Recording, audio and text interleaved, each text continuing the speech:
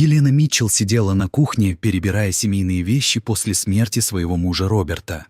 Сердце ее было полно горя и утраты, но и чувство обнаружения всплыло на поверхность, когда она наткнулась на старую фотографию, спрятанную в одной из его книг. Эта черно-белая фотография изображала Роберта с двумя людьми – женщиной и маленьким ребенком, у которого были светлые волосы. Елена почувствовала, как страх и любопытство переплетаются, когда она задумалась, кто эти люди и какую роль они играли в жизни ее мужа. Роберт никогда не упоминал о ком-то, кроме ее.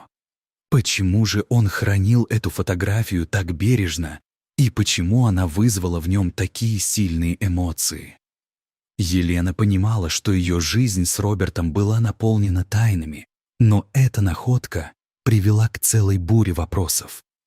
Что скрывал он от нее? Чем было его прошлое, о котором она не знала? Она знала, что должна узнать правду, иначе эти вопросы будут преследовать ее до конца жизни.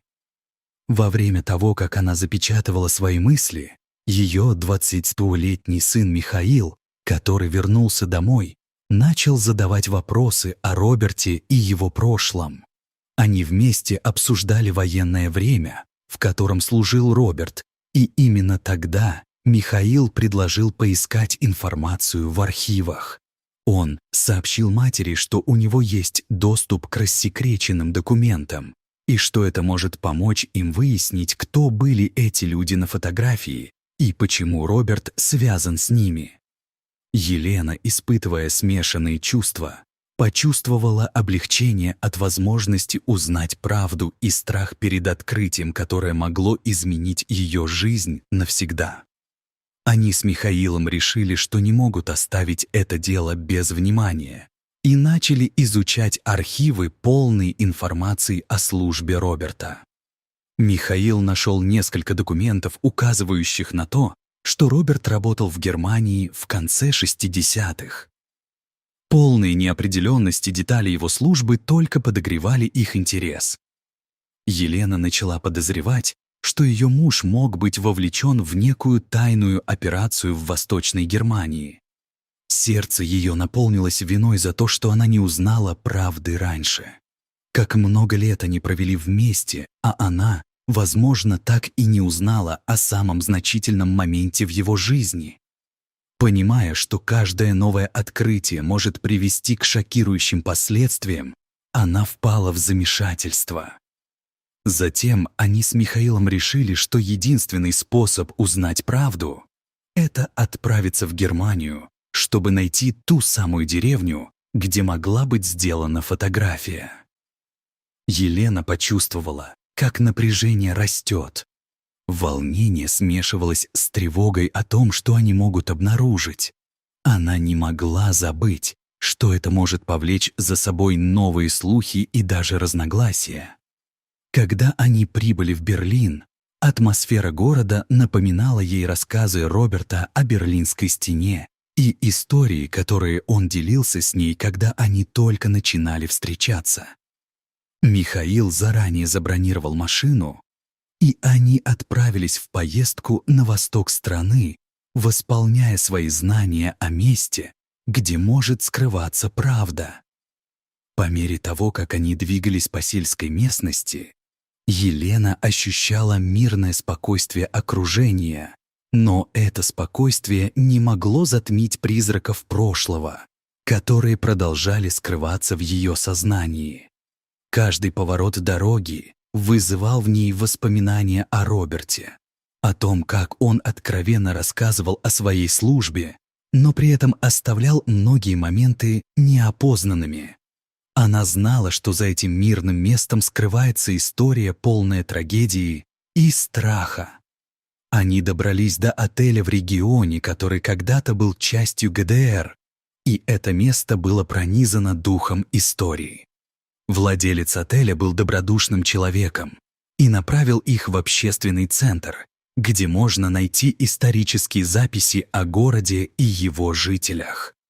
Елена ощутила прилив адреналина, понимая, что на этом этапе они действительно могли получить важные свидетельства о жизни Роберта. В центре они начали искать упоминания о военной активности, и вскоре им попалась информация об операциях, проводившихся в окрестностях около 1962 года. Пока они копались в записях, Клара, хранительница записей, вспомнила, как несколько американских солдат были в их деревне в то время. Эта новость поразила Елену, поскольку она начинала понимать, что ее муж, возможно, имел связь с этой частью своего прошлого.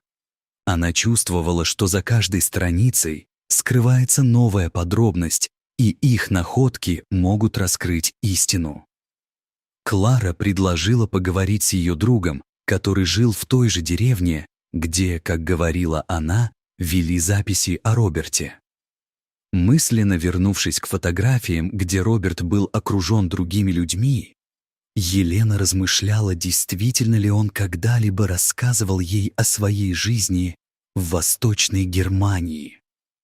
Ее мучила идея, что найдет давно потерянные связи. Они отправились в коттедж на краю городка, где жила Ингрид, подруга Клары. Женщина была дружелюбной и с готовностью согласилась поговорить с ними. Елена была волнительна.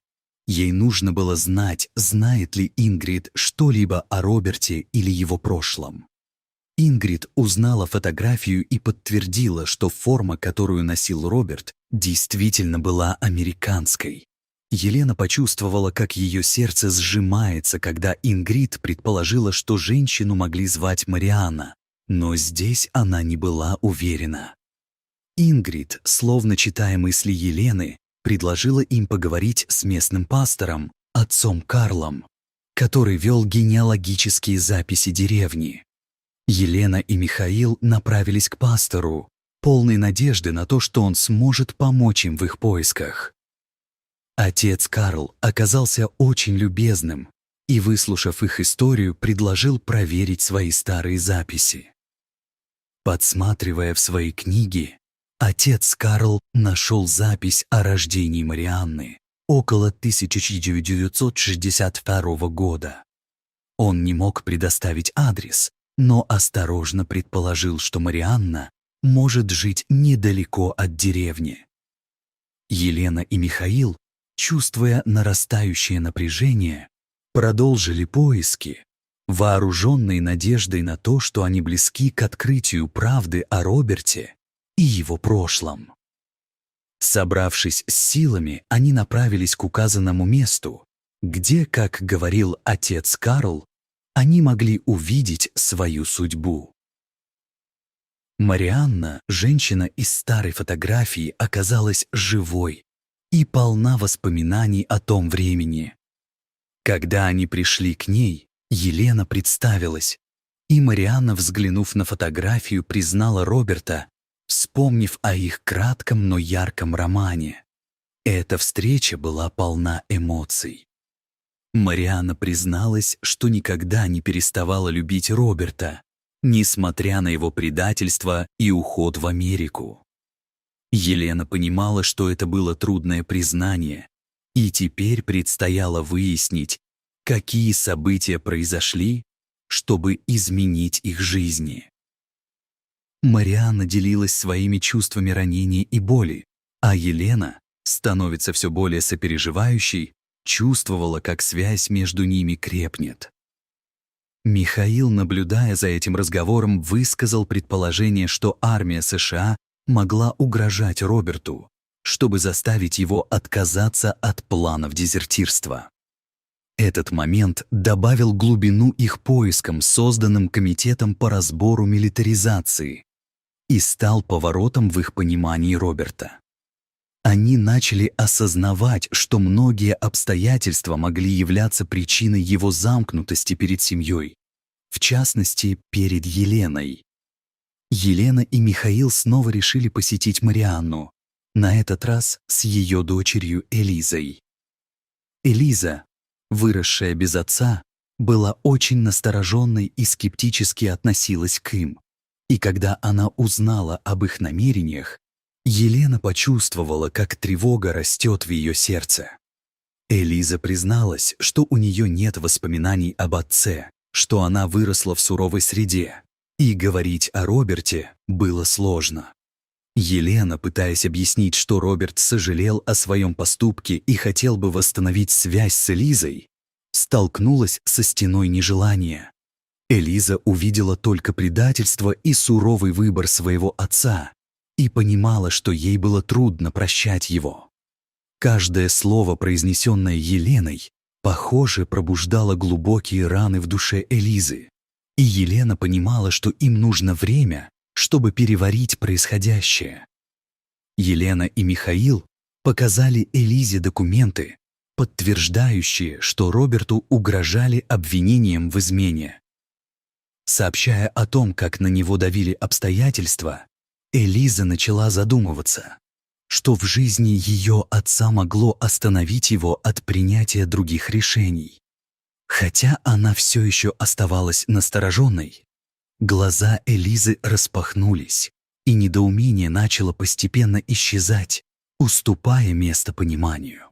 Михаил также восстановил связь с архивистами и нашел меморандум, подтверждающий, что Роберту действительно шантажировали.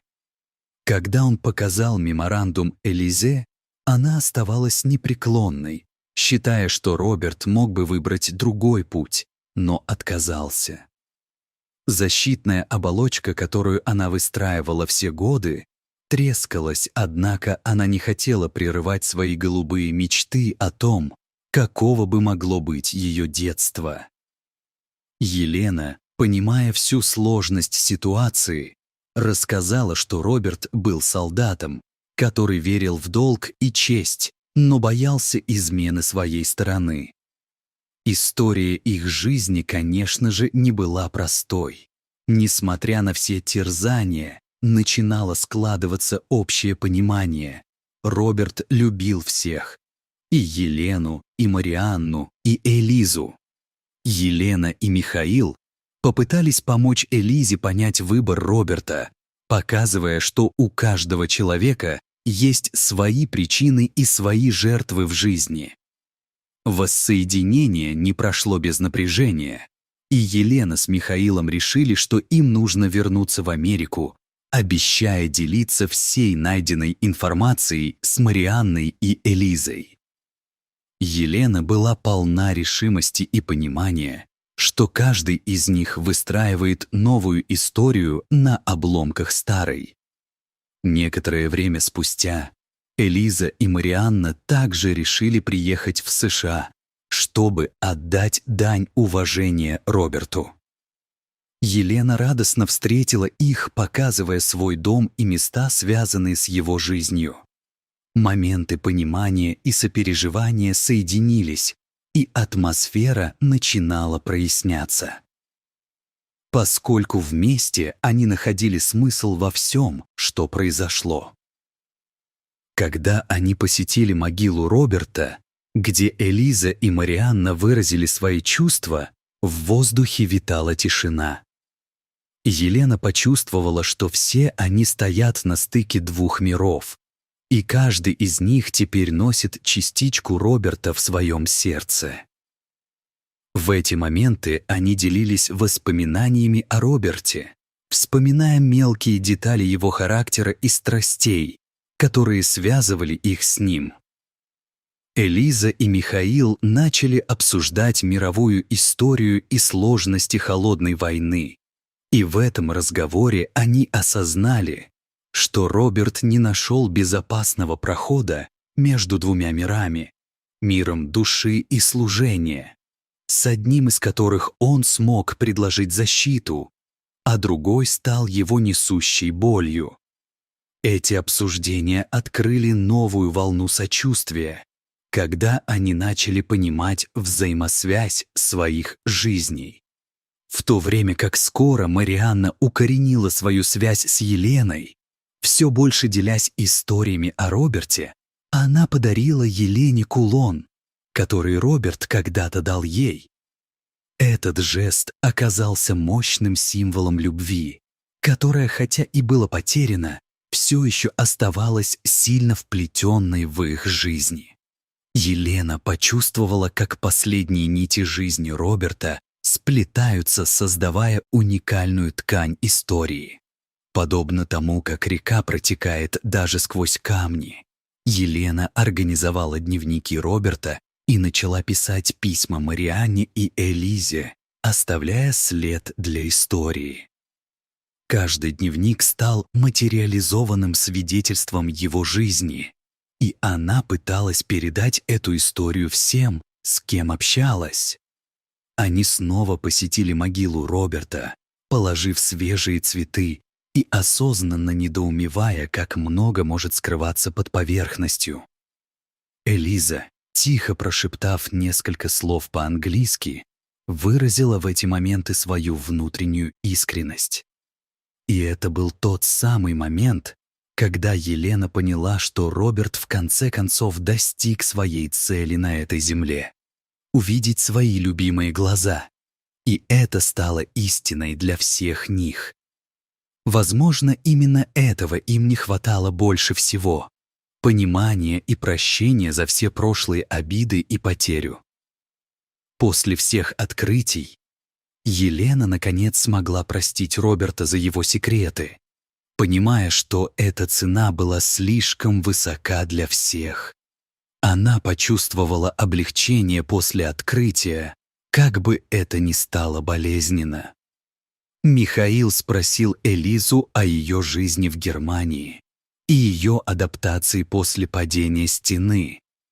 Эта тема привела их к глубоким размышлениям о том, как трудно было жить с такими расколами в обществе.